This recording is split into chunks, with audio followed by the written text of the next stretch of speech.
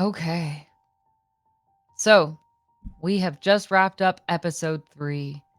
In an epic turn, Vythorn has opened the book, our testaments of Morir's cataclysm, and has utilized a unique pairing of both Morir's magic and the energy of chaos.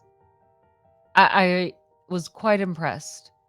You had the full scene control over this interaction between the Shadow King and Vythorn, which makes sense as you play both, right? This is one of those weird spots, like as a DM, I'm like, I have to step back. It's whatever you want. You, oddly enough, right, as the player, get to control the fate that you've designed for these two. We're getting a little meta here, right? Mm-hmm. But what is the fate that you wanted? What that when people listen to this fight, what do you want them to get out of it? Um, yeah, it's definitely an interesting thing to play both characters in a fight, and this was very narrative fight versus like mechanical fight. Mhm. Um, and in a way, these powers, I kind of saw it as a fight between like darkness and light. Not to say that the Arbiter is good, but using that Mhm. light and that energy against the shadow. And so, I kind of envision this like a Dragon Ball Z fight. you know, they're Sure. both they're both firing blasts at each other, Namek. and he's ducking into the shadows, and the Arbiter is using time magic to like blink around, and Mhm. they're both at the peak of their abilities. Mhm. Um, the Arbiter with this new fight, but the Shadow King is extremely confident. I think until the last moment, it's like Vythorn is rushing him and throwing these bolts of energy out, but in his brain, it's really just all instinctual. Like he's very angry. Mhm. This is the person that has fucked with his fate one too many times, and killed him, and um, Mhm. just a number of things. So I think it's just pure hatred and rage Mhm. as Vythorn is making this, and for the Shadow King, I think it's more of he's on that side of like, this is fun, Yeah. this is my final interaction with this person before I consume their energy and become even more powerful. So I think he's supremely confident in this moment until Vythorn makes use of that new magic from Morir's and is ripping open portals to these other places and those realms, almost as if they're living beings just eating the flesh off the Shadow King. So Yes. it's a very cool scene, I think. Yes, very much so. That's a nice touch point back to Morir's initial experience to have that take place and how you got to add to it and how you visualize that particular description coming to life. And this was interesting to me as a DM, right? So, plenty of times we both sat in the DM seat or the player seat. But in this one, of course, you're coming in at the unique position as a player. What you want for Vythorn and the Shadow King in this instance? What do you think they both deserve in this? And I like that you offered this depiction of light versus dark, even though Vythorn isn't light per se, but I think that's telling because in the perspective of Vythorn, which you as the player getting into his perspective, right? As you create this character, Vythorn sees his motives as being pure, as being good, that he's going to bring a positive effect out of this, that he is defeating evil. So it is a good versus bad in his mindset. Yeah, I think that's interesting because I suppose that's how it always is. Whether you're Mhm. telling stories in D&D or movies or even real life, like everyone thinks they're the good guy for the most part. Yeah. I'm not sure that the Shadow King thinks he's a good guy. I don't think he doesn't have any interest in pretending, or Hmm. good and evil don't really interest him at all. It's just he does what he wants. Um, but it's, yeah, I mean, everyone sees themselves as the hero, and Vythorn, I think he's coming to terms with the fact that, I think through this series he's come to the terms with the facts that he's not really a hero. Um, that he's selfish and that he wants to control his own fate and kind of everything else be secondary to that, you know. Right. But I do think in his mind that he does believe like this is the best path forward for not only himself, but Hmm. um, you know, that he can do better than the Grandmaster. Yeah. Um, you know, that he's got the tools. Hmm. Well, I think that's what makes it interesting, right? There's this initial opportunity of reflection. And we do this a lot even as human beings, right? Where we start to reflect, but we don't spend time to fully invest like, well, where are these emotions coming from? What are going to be the consequences of the actions that I take? And it's also paired like we have some sympathy. Like, yes, Vythorn is powerful. There are many things that he has done. But sometimes by shining a light only on yours, you take away the light in your ability to see what others have also contributed. Mm-hmm. What is the value that they bring? How do they add to the quality of your life, the richness in which you get to experience? And poor Vythorn in this space is certainly making a choice in when to not even battle Elucia, right? Sure. To just, we're going to put you in a prison, which thanks for not killing her. I appreciate that. Yeah, no problem. Interesting choice. I always remember that in D&D, you have a choice not to kill people.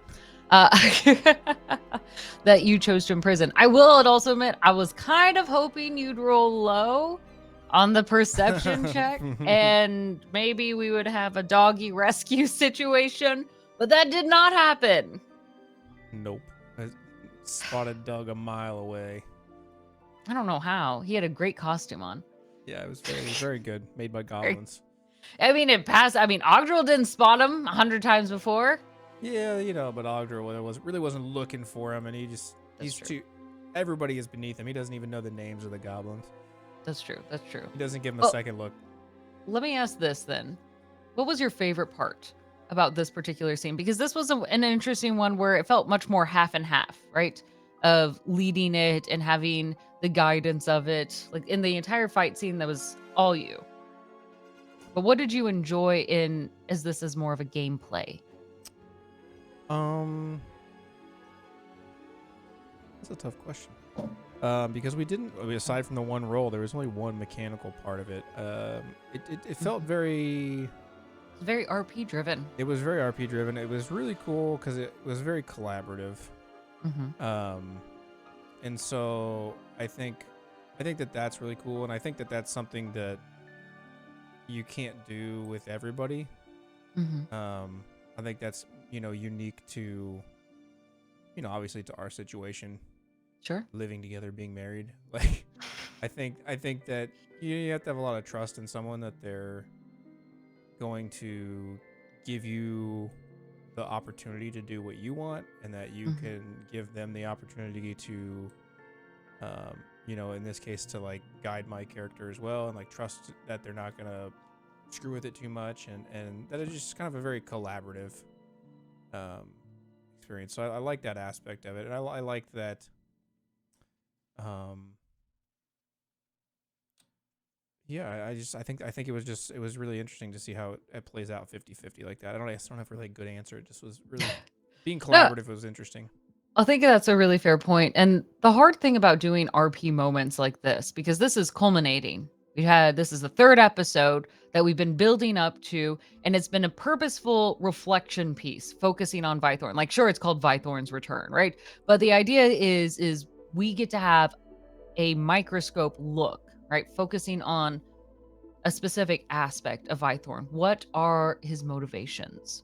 Mm-hmm. What moves him in this space? And so to be able to have a good RP moment means that you have to have characters who are ready to come in and have reflected on what are their emotions? What are their experiences? Where are they going, right? You really have to know the character through and through on multiple layers, not only like how you view them, but how they really are, how they view themselves, how they choose to portray themselves, right? Like there's these layers of identity that exist. And you can't just be like, well, this is how I see them. You have to start getting into this very empathetic viewpoint to Mm-hmm. be able to bring it to life. Well, and I think it's obviously it's a really complex thing, you and I know, but for the viewers at home, that we started the show Mhm. with the death matches in mind, and we didn't have a ton of introspection on who these characters were, because they were just a part of this one setting that we created, this one Mm-hmm. thing. But as we've had to built out different stories, we started to build out their backstories. Well, then you do have to like sit and think, and that was actually very difficult for me, because a lot of Mm-hmm. this time, like we knew that he was the Arbiter, and we knew that he was kind of sneaky and was going to try to overthrow the Grandmaster. Like, we knew some of these things about him, but like we didn't really ever get into why. And so like it's almost a Yeah. little weird when you have an established character but you haven't gone as deep into the motivations of them, Mm-hmm. having to go back later, and then it's almost like I don't want to choose the wrong thing, you know what I mean? Like, you could choose any sort of motivation. I could have made any number of things, like his backstory or Mm-hmm. the driving force, Yeah. but you have to pick one. And you're like, I don't know. And then you're like, you're also thinking about, well, this is what he's done, right? Yeah. This and our show is so improv heavy that we don't always think through the things we say or do. What? Or Yeah, remember them? All of them? right. They just come up, whether it's in Fate of the Arbiter or whether it's in episode 1 of D20 Deathmatch. Like, so there's a thing of like, okay, well, now I have to reconcile the things this person has done, Mm-hmm. and then what would have motivated them to do all these things. So it's like building a character Yeah. backwards, Mm-hmm. which is kind of a complex way to go about it. It is. It So I is. found it particularly difficult, honestly. Mhm. Not easy for me. That's fair. And that's the challenge, right? Like, where do we begin? I mean, there's plenty of people who do books and pages of development of character before they even go to create the character, to play them out. But if we even tap into some human experience, I'm going to give us both some leeway here. And maybe that's because I'm just not good at being a human. Mm-hmm. I can see that. But but I change my motivations all the time. I Sure. change my priorities. I mean, if you were asking me like how many times did I change my college major, right? Right. And what events beforehand stand out to us and work as motivation change too, right? At certain points in my life, there are certain parts of my history, my backstory that are more relevant at certain times than others. Because we're humans, we're complicated. And even when we're talking about these characters of the Grandmaster and Arbiter, sure, we're trying to, for the sake of a straightforward, clear story, only reflect on the experiences that have been shared.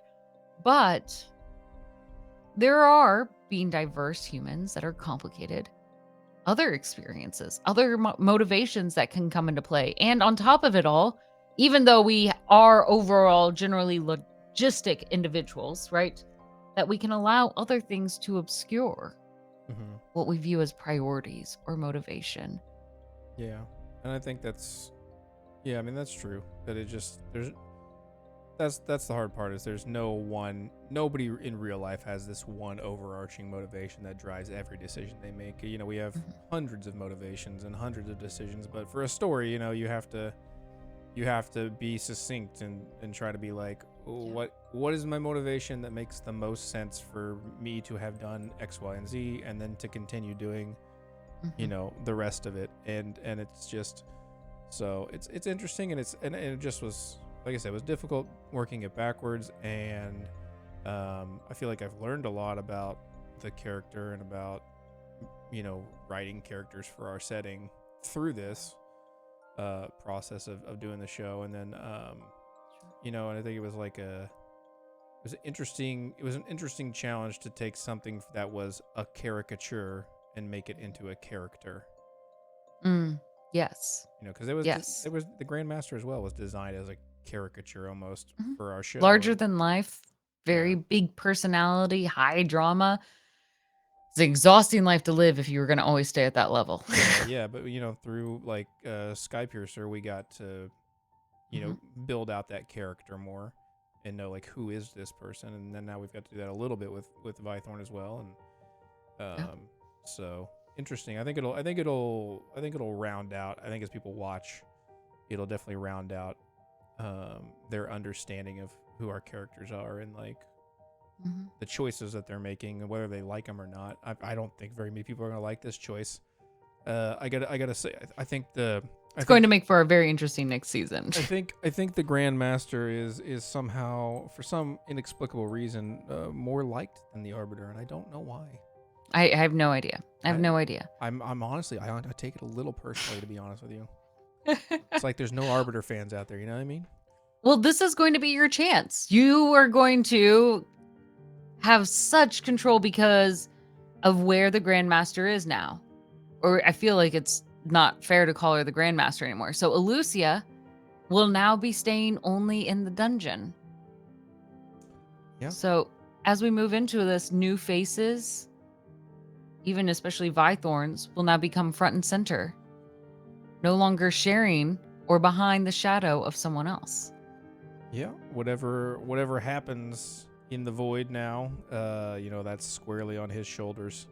So no more blaming anybody or blame or hiding behind the Grandmaster or whatever. So no more working in the shadows. He's gonna have to be front and center and dealing with whatever that means for our setting. And we'll see. Yeah, we never regret our actions here. Nah, Ever. they're all really thought through. Every single one. Every time. Every single one. I think this was a great episode. Thank you for playing with me, Mudcat. Thanks for DMing. You did amazing. You're a very good DM. So hopefully we'll do more shows where you get to DM, because I like playing sometimes instead of just DMing. Well, I'm glad we could get you out of that seat. You did an excellent job. Thank you so much.